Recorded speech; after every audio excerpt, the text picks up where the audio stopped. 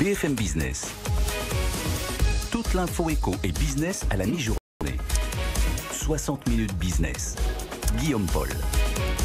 Allez, midi 21 sur BFM Business, le directeur général de N26 en France et au Benelux qui est avec nous, Jérémy Rosselli. Bonjour Jérémy. Bonjour. Bonjour, bienvenue. 1 850 000 clients en France, c'est ça N26 aujourd'hui c'est ça. Exactement, c'est 2000 nouveaux clients tous les jours. Aujourd'hui, on est à 2000 tous les jours, de plus. Même le dimanche, moi le lundi matin, je suis un banquier heureux, donc ça c'est plutôt une bonne chose. Il en faut, ouais. Et aujourd'hui, on est la banque qui attire le plus de nouveaux clients en France depuis 18 mois. Donc on a attiré plus de 700 000 clients rien que l'année dernière, donc c'est des chiffres qui sont assez exceptionnels. Assez exceptionnel. 7 millions de clients dans le monde, c'est ça, dont 1,8 million en France. Exactement, la France est un marché clé. Et alors dites donc, il y a une intro en bourse dans les tuyaux là pour l'an prochain, pour N26 ? Exactement, alors là on verra si c'est l'année prochaine ou celle d'après, mais ça fait depuis le début. De toute façon, ça a été l'objectif pour les fondateurs de se rapprocher de l'introduction en bourse.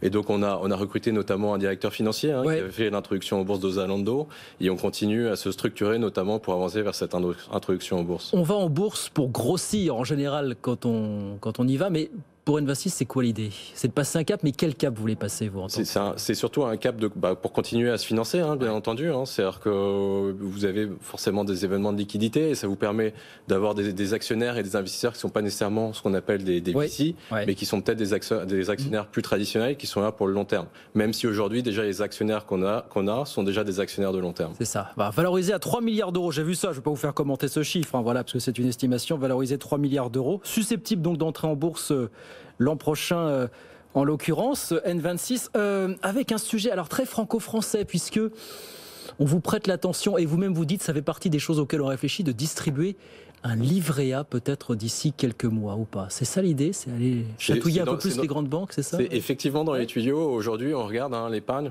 On regarde de toute façon de ce qui s'est passé depuis le début du confinement. On a 1,8 million de clients et ces clients, ils épargnent de l'argent. En moyenne, ils ont épargné presque 300 € par mois pendant le confinement. Donc l'épargne, c'est devenu un vrai sujet. Donc on a des fonctionnalités qui les aident à épargner. On a des espaces qui sont des sous-comptes. On a des règles automatiques pour remettre de l'argent de côté. Mais après, la réalité, c'est est-ce qu'on leur propose du livret A, qui est un totem français, et je peux vous assurer que j'explique beaucoup à mes amis allemands ce que c'est que le livret A. Ils connaissent quand même, j'imagine. Maintenant, ils connaissent. Ou est-ce qu'on propose ce qu'on propose à nos clients allemands, par exemple, avec un partenaire qui s'appelle Raisin, qui sont aussi des comptes rémunérés. Donc aujourd'hui, on n'a pas encore pris la décision. Par contre, une chose est sûre, c'est que de toute façon, même si on propose le livret A, ça sera de façon complètement digitale pour se différencier de la compétition. Mais alors, vous dites, on verra d'ici quelques mois, je crois. Vous dites, on se donne quelques mois pour voir si on le fait ou pas. C'est malgré tout le sens de l'histoire d'une banque comme vous. Vous n'offrez pas de services financiers. On imagine que pour passer un palier, pour devenir une banque, entre guillemets, comme les autres, il faut pouvoir ouvrir ce type de service. Alors, on est une banque et on offre des produits financiers. Alors, lesquels vous offrez aujourd'hui ? Pas très clair. Aujourd'hui, donc, on offre bien entendu la tenue de compte et les moyens de paiement avec les cartes. On offre le crédit à la consommation avec notre partenaire qui s'appelle United Credit. En Allemagne, on propose aussi des découvertes, on propose aussi l'épargne avec Raisin. Donc c'est aussi dans le sens de l'histoire de s'orienter notamment vers l'épargne en France et donc de regarder si on veut le faire comme on le fait en Allemagne ou plus de façon francisée en France. Et c'est d'ailleurs pour ça qu'on a ouvert notre bureau en France et qu'on continue à développer notre équipe en France. Ça peut être un formidable catalyseur d'inscription de clientèle. Je ne pense pas que ce soit un catalyseur d'inscription. Simplement, c'est normal au bout d'un certain temps quand on a des clients qu'ils attendent aussi des services en plus. On a beaucoup de clients qui sont venus justement parce qu'ils cherchaient une banque du quotidien. Ils cherchaient à avoir quelque chose qui fonctionne bien tous les jours. Maintenant, ils attendent des services en plus. C'est là intéressant parce qu'il y a multitude aujourd'hui de banques en ligne auxquelles on peut souscrire en France évidemment, mais on a l'impression qu'il y a une segmentation marketing. Vous présentez vous comme une banque en ligne grand public, là où un acteur comme Revolut va être plus un profil technophile. Est-ce que c'est ça ? Est-ce qu'il y a de la place pour chacun sur une niche, enfin une grosse niche en l'occurrence aujourd'hui ? Alors je pense qu'il n'y a pas que du marketing. D'abord, réellement aujourd'hui, quand on regarde un petit peu la typologie de nos clients, il y a 40% qui a plus de 35 ans. Aujourd'hui, on a des clients dans plus de 12 000 communes en France.